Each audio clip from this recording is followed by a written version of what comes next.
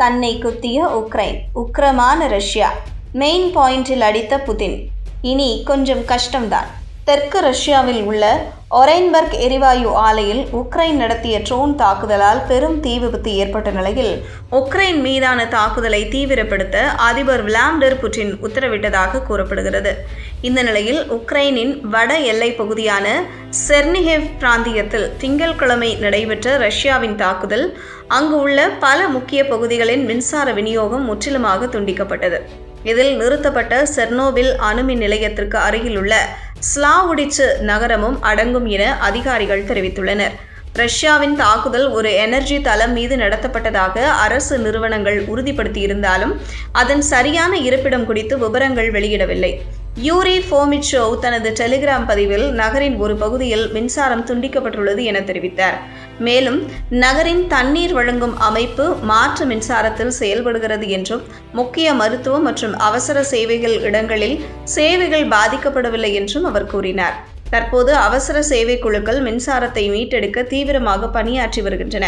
Kyiv பிராந்திய தலைவரும் மின்சார விநியோகத்தை மீட்டெடுக்க அவசர குழுக்கள் பணியாற்றி வருவதாக உறுதிப்படுத்தியுள்ளார். எனினும் ராய்ட்டர்ஸ் செய்தி நிறுவனம் இந்த தாக்குதல் பற்றிய தகவலை தனிப்பட்ட முறையில் உறுதிப்படுத்தவில்லை. இதுகுறித்து ரஷ்யா தரப்பில் எந்த அதிகாரப்பூர்வ விளக்கமும் வெளியாகவில்லை. கடந்த சில வாரங்களாக ரஷ்யா தனது ட்ரோன் மற்றும் ஏவுகணை தாக்குதல்களை உக்ரைனின் மின்சார மற்றும் எரிவாயு வலையமைப்புகள் மீது மையப்படுத்தி நடத்தி வருகிறது.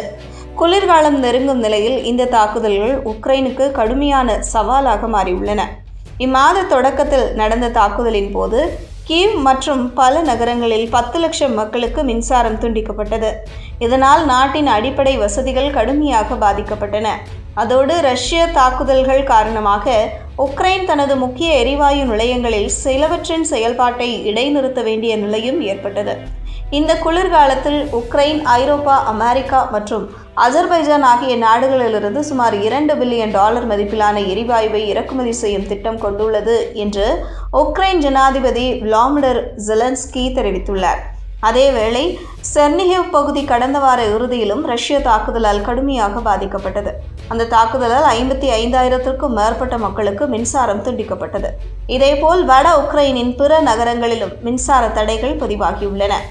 வடகிழக்கு கர்கிவ் மாகாணத்தின் இசியம் நகரிலும் பல பகுதிகள் இருளில் மூழ்கியதாக அதிகாரிகள் கூறினர்.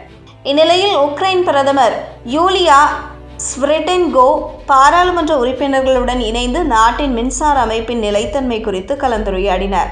இதற்காக ஜனாதிபதி அலுவலகம், நாடாளுமன்றம் மற்றும் அரசாங்கம் இணைந்து புதிய ஒருங்கிணைப்பு குழுவை அமைத்துள்ளது. அதே சமயம் உக்ரைனும் தன்னுடைய நீண்ட தூர தாக்குதல்களை ரஷ்யாவின் ஆற்றல் அமைப்புகள் மீது அதிகரித்துள்ளது.